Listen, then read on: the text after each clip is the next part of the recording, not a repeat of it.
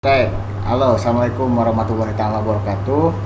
Pada video ini kita akan ngebahas tentang bagaimana cara mengambil analisa gas darah dan bagaimana tips membaca analisa gas darahnya. Tapi sebelum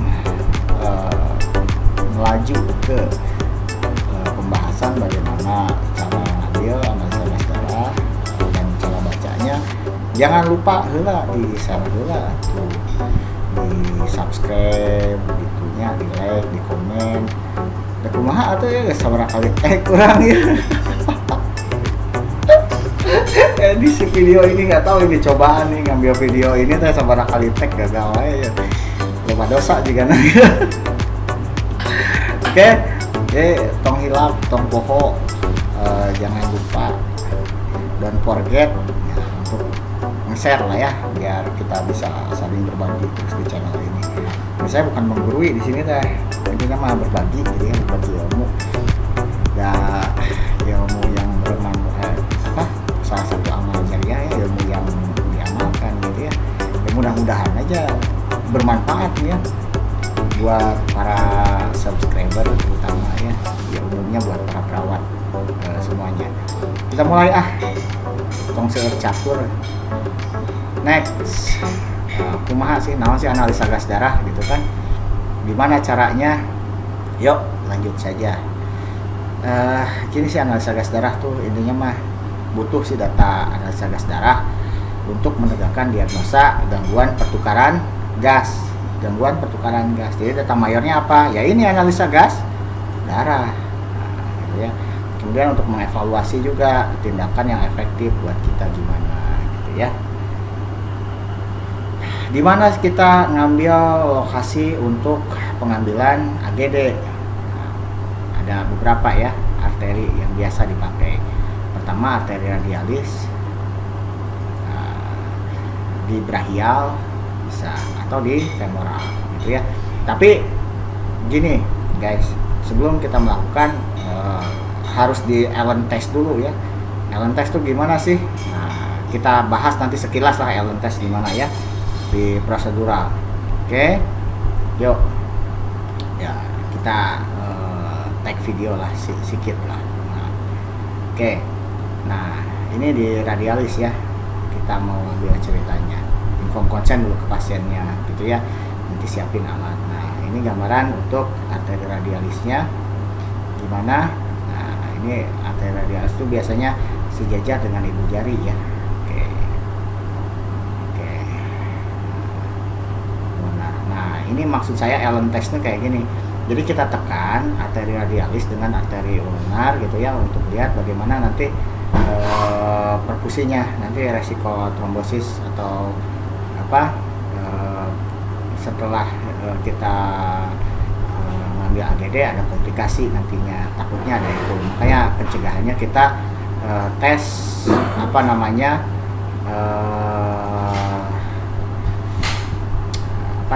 tadi dites dulu ya.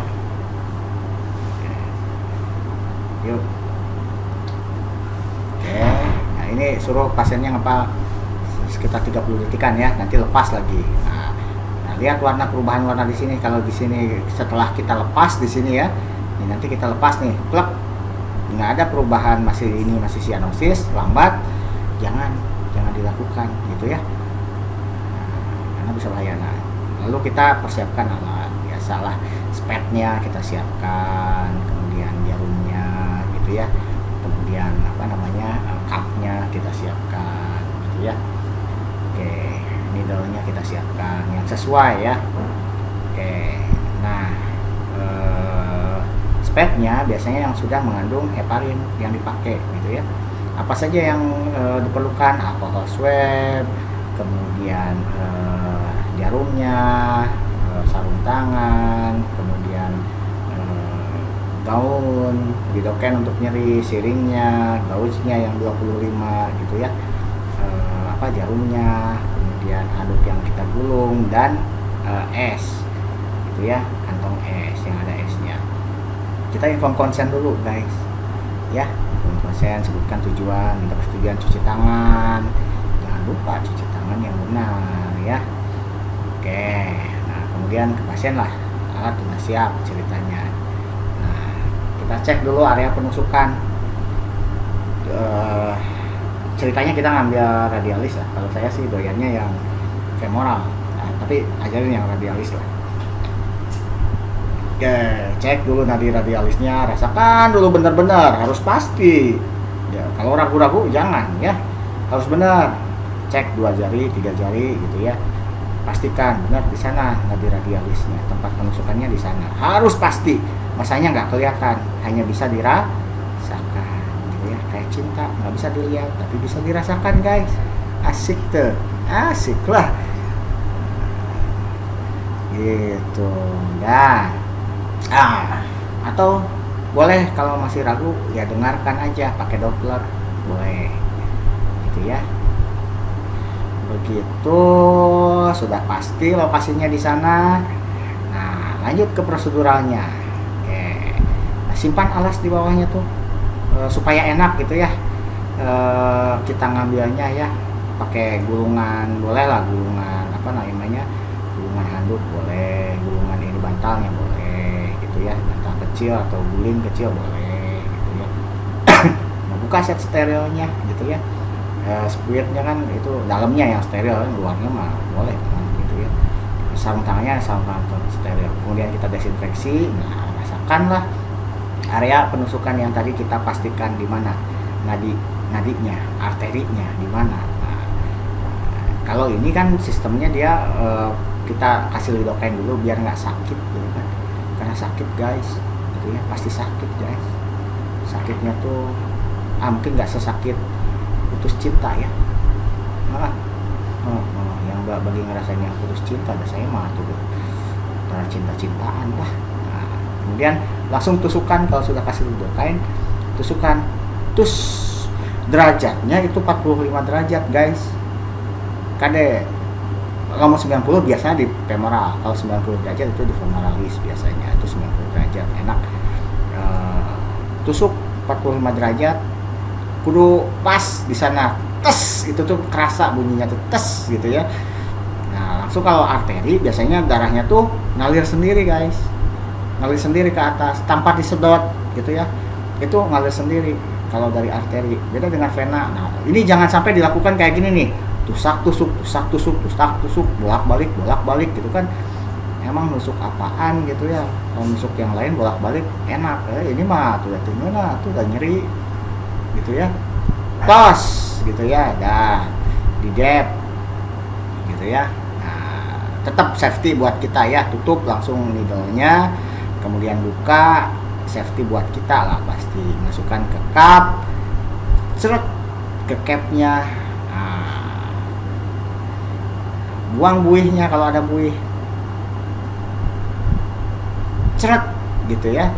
Nah, terus nanti pasang label, goyang-goyangkan karena ada heparinnya tuh.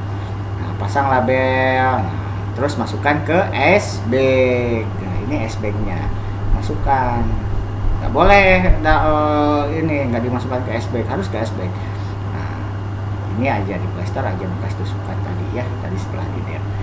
Nah, buang benda-benda tajam ke safety box, hancurkan gitu ya, benda-benda infeksius. Itu guys, gitunya, gampang, mudah tuh cek, sok tinggal latihan anak. Ini kalau lihat mah mudah, yang susah tuh ngelakuinnya gitu ya. Oke, next guys. Nah, sekarang gimana cara menginterpretasikannya? Perawat harus bisa, ya harus bisa atuh ya. Nah, gini interpretasinya. Basicnya aja dulu lah, bedain mana asidosis mana alkalosis dulu. Jadi gini guys, asidosis itu kalau pH-nya itu kurang dari 7,35.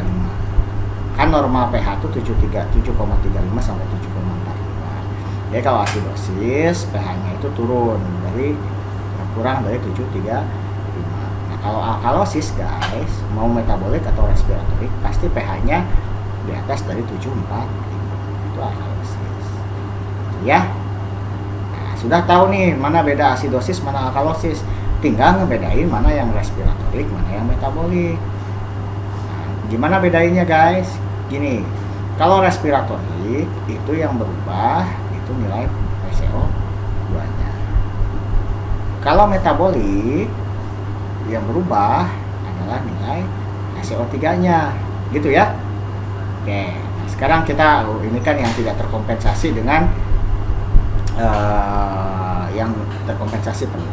Oke, kita lihat asidosis respiratorik yang tidak terkompensasi. Ya. Nah, asidosis itu pH-nya kurang dari 7,35 ya.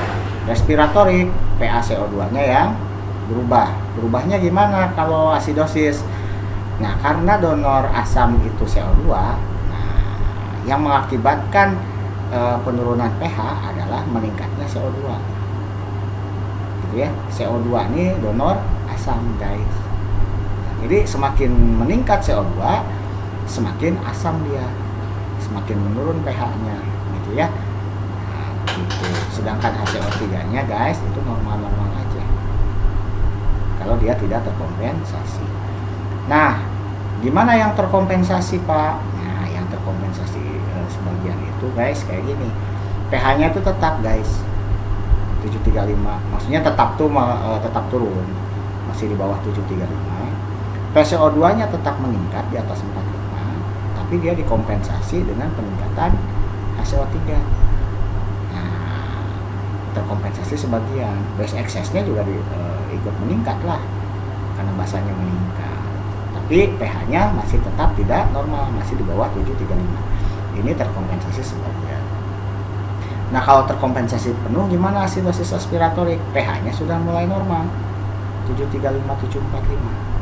Tapi PCO2-nya PCO2-nya masih meningkat. Masih diikuti dengan peningkatan HCO3. Base excess-nya juga sama. Gitu, guys. Ya. Nah, sekarang alkalosis respiratorik. Gimana alkalosis respiratorik? Alkalosis itu pH-nya lebih dari 7,45. Yang menyebabkan pH-nya 7,45 apa?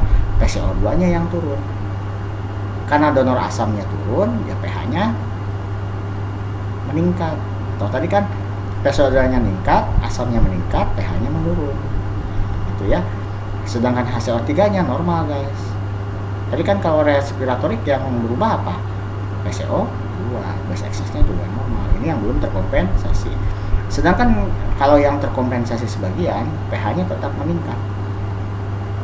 Ya, pH-nya meningkat di atas 7,45. PCO2-nya juga tetap di bawah 3,5. Nah, tapi kalau yang terkompensasi sebagian, dia dikompensasi dengan menurunkan HCO3. Diturunkan di bawah 22, kan normal HCO3 22, 27 gitu ya. Gitu. Base excess-nya ya, karena basanya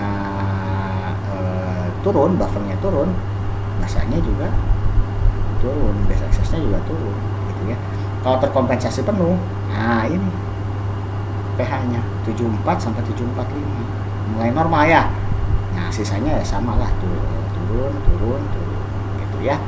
Nah, sekarang asidosis metabolik, guys. Nah, asidosis apa? pH-nya turun di bawah 7,35 asidosis. Tapi karena ini metabolik yang menyebabkan asamnya, kondisi asam, bukan PCO2. PCO2-nya mah normal. Tapi yang menyebabkan asamnya adalah HCO3, guys. Nah, base excess-nya juga ikut turun. Karena base excess-nya turun, nah, maka dia asam, gitu ya. Nah, karena buffernya menurun, gitu ya. Nah, itu metabolik. Jadi yang menyebabkannya bukan CO2. Ingat aja CO2 mah pernapasan respiratorik. Nah, kayak gitu. CO3 buffer ke metabolik gitu. Kalau terkompensasi sebagian, asidosisnya pH-nya tetap di bawah 7,35. Nah, HCO3-nya tetap turun. Base excess-nya tetap turun. Tapi dia dikompensasi dengan mencoba menurunkan asamnya. CO2-nya coba diturunkan sama dia. Nah, gitu. Pahamnya? Paham lah. Kalau terkompensasi penuh ya pH-nya mulai normal 7,35 sampai 7,4. PCO2-nya sama gitu. Ikut seperti yang terkompensasi. Kalau ini yang terkompensasi penuh ini sudah tidak ada lagi masalah gangguan pertukaran gas gitu ya. Gogok mau ikut kuliah coy, itu nanawan lah sok ikut alkalosis metabolik. Nah, alkalosis pH-nya meningkat di atas 745. Karena metabolik, yang kita perhatikan metabolik itu yang menyebabkan alkalosisnya bukan PCO2 tapi HCO3. HCO3-nya meningkat. Base excess-nya meningkat karena dia basanya meningkat. Gitu ya. Alkalosis. Nah, kalau yang terkompensasi sebagian dia tetap meningkat, pH-nya di atas 745, HCO3-nya juga meningkat, base excess-nya meningkat, tapi diikuti dengan peningkatan asamnya, donor asam, supaya dia menetralkan gitu ya, PCO2-nya ditingkatkan gitu ya, kompensasinya. Nah, kalau terkompensasi penuh, nah pH-nya mulai normal gitu ya, PaCO2-nya 45 sama ngikut kayak terkompensasi gitu. Tapi guys, ini tuh ada yang campuran lagi, gabungan antara asidosis metabolik dan respiratorik. Gimana tandanya? Asidosis pH-nya pasti turun. Tapi karena ini gabungan guys, PCO2-nya meningkat, HCO3-nya juga turun, base excess-nya juga turun. Nah, gabungan nih guys. Nah, alkalosis metabolik gabungan gimana? pH-nya di atas 745 karena alkalosis, karena penurun PCO2-nya turun, HCO3-nya naik, sama base excess-nya juga naik. Nah, ini gabungan guys. Mudahnya? Mudah guys, mudah coy. So pokoknya di share. Pokoknya mah kalau behind the skin video yang ini mah luar biasa lah pokoknya mah. Tapi buat kalian para subscriber setia mah review lah saya mah. Ya share pokoknya yang gelap. Kalau ada yang nggak paham silahkan komen. Itu aja ya guys. Sekian. See you.